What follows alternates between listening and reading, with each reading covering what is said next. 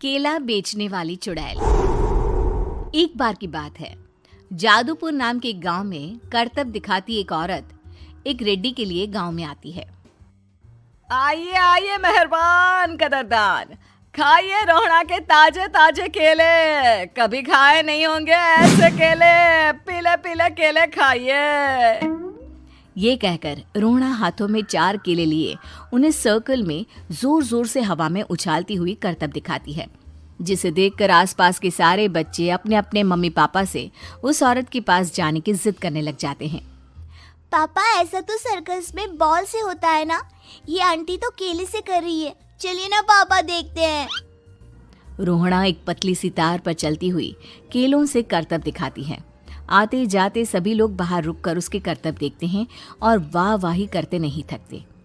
जैसे ही एक आदमी पास आकर उसे पैसे देने लग जाता है, तब वो कहती है, अरे नहीं नहीं साहब, मैं करतब तो बच्चों के मन को बहलाने के लिए करती हूँ। धंधा तो मेरा केले का है। पीछे देखो मेरी रिड्डी, जो भी मेरे केले खाएगा मेरी तरह चुस्त दुरुस्त और तंदुरुस्त हो जाएगा। पता चलता है क्या कि मेरी उम्र 55 की है। अरे पर ऐसे ठंड के मौसम में कोई केला क्यों खाएगा? ये ऐसे वैसे केले नहीं है साहब, ये शरीर में गर्मी देते हैं। ठंड को दूर भगाए जो भी रोहिणा के केले खाए। पापा, अगर मुझे केले नहीं मिले तो मैं घर नहीं जाऊंगी। तभी उसके पापा कहते हैं कि बेटा, केले ठंड में कभी गर्मी नहीं देते। ये सब कहने की बातें हैं, सामान बेचने का तरीका है इनका। पर पिंकी नहीं मानती। मैं केले खाऊंगी। पिंकी की जिद के आगे नत्थू हार जाता है और उसे केले खरीद कर दे देता है। पिंकी खुश होकर केले घर ले आकर खाती है। अब मैं भी करतब करूंगी, कितना मजा आएगा। जादुई केले। पिंकी पहला केला खत्म भी नहीं करती कि वो बेहोश हो जाती है। दूसरे केले से एक काला धुआं आता है और रोहड़ा चुड़ैल बनकर बाहर निकल आती है। मेरे भूतिया केले बच्चे न खाए, ऐसा हो ही नहीं सकता। जादूपुर वालों, कब तक बचोगे? आ गई हूं मैं रोहड़ा, जिसका कोई नहीं कर सकता सामना। रोहड़ा पिंकी को गोद में उठाकर काले धुएं में कहीं गायब हो जाती है। शाम के वक्त नत्थू घर लौटता है और पिंकी को घर में ना पाकर उसकी माँ से कहता है, माँ पिंकी कहाँ है? अरे बेटा, उसे तो तू सुबह करतब दिखाने ले गया था ना, फिर कहाँ वापस आए तुम दोनों? मुझे लगा तू उसे अपने साथ मंडी ले गया होगा। हे भगवान, मेरी बच्ची कहाँ गई? मैं उसे घर ही तो छोड़कर गया था माँ।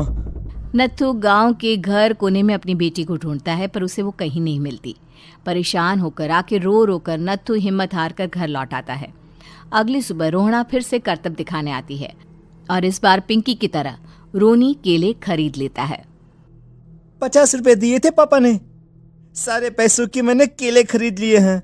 अब मैं भी आंटी की तरह ही करतबबाज बन जाऊंगा। यही सोचते हुए रोनी केले खाता है और पहला अकेला केला आधा खत्म भी नहीं करता कि चुड़ैल उसके सामने आ जाती है। मेरे साथ चलने का समय आ गया है रोनी। ये तो बस शुरुआत है। अब इस गांव के सारे बच्चे धीरे धीरे मेरे कब्जे में होंगे, एक बच्चा भी नहीं बचेगा। ये कहकर रोना रोनी को गोद में लेकर काले धुएं में अदृश्य हो जाती है। इसके बाद हर रोज गांव में से कोई ना कोई बच्चा गायब होता, पर ऐसा क्यों हो रहा है किसी को भी समझ में नहीं आ पा रहा था। रोज की तरह अपनी बेटी पिंकी की तलाश में नत्थू गांव के एक तालाब के पास बैठा रो रहा था। कहाँ गई मेरी पिंकी? शकुंतला के जाने के बाद एक वही तो मेरा सहारा थी। अरे उसकी आत्मा कोस रही होगी मुझे कि मैं अपनी बच्ची को संभाल भी नहीं पाया।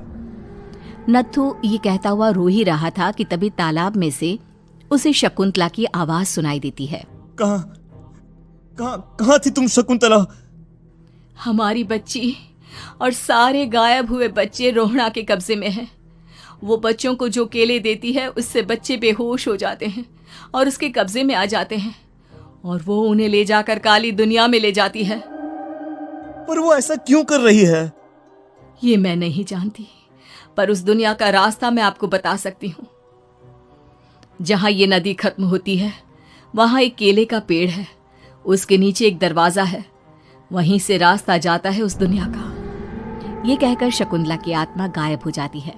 गांव के सभी लोग झुंड बनाकर उसी रास्ते से काली दुनिया में चले जाते हैं और वहां देखते हैं कि सारे बच्चे वहां काम कर रहे थे। पापा मुझे ले चलो यहाँ से। पापा पापा। सभी बच्चे अपने मम्मी पापा से लिपट जाते हैं। तो तुम लोग यहाँ तक आ गए? क्यों हमारे बच्चों को पकड़ लिया तूने?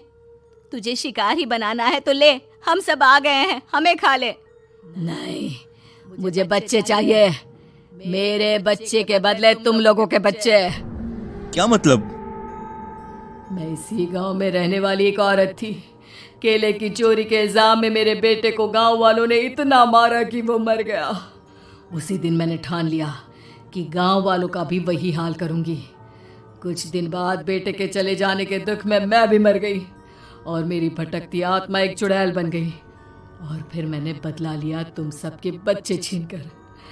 बर्दाश्त नहीं कर पाए ना? सोचो मुझ पर क्या बीती होगी। हमें माफ कर दो रोना। पता नहीं ये किसकी गलती थी, पर हम सभी माफी मांगते हैं। हमारी खुशियां लौटा दो, तुम भी तो एक माँ हो। गांव वालों की बात सुनकर रोना का मन पिघल जाता है और वो बच्चों को छोड़ देती है। उसके बाद काली दुनिया बच्चों के लिए जादुई दुनिया बन जाती है। अब कोई भी कभी भी वहां आ जा सकता है।